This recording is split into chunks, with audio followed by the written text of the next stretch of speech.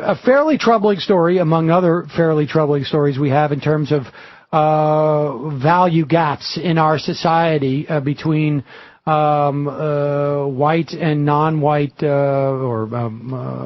people of color in this country. But there's a new study out by the Institute for Policy Studies and the Corporation for Economic Development.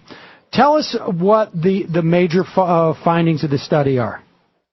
Well, they looked at the last 30 years of wealth data, wealth and income data, and what they found is that if current trends continue, it's going to take 228 years for African Americans, the average African American household, to catch up to the amount of wealth that the average white household holds today.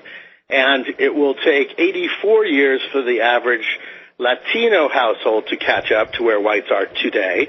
And if the trends that we've seen for the last 30 years persist, the wealth gap, the racial wealth gap will never close. So without some sort of intervention or a seismic shift in the economy, blacks and Latinos will never catch up to white households in terms of accumulated wealth. And it's important to understand that, you know, we talk a lot about income inequality, how much people are making.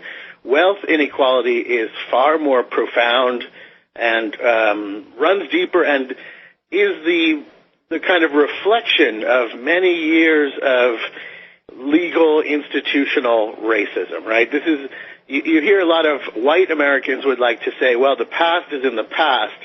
In economic terms, the past is not in the past.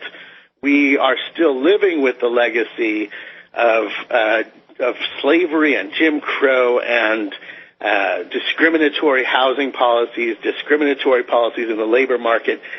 These things are reflected in the wealth gap that we see today.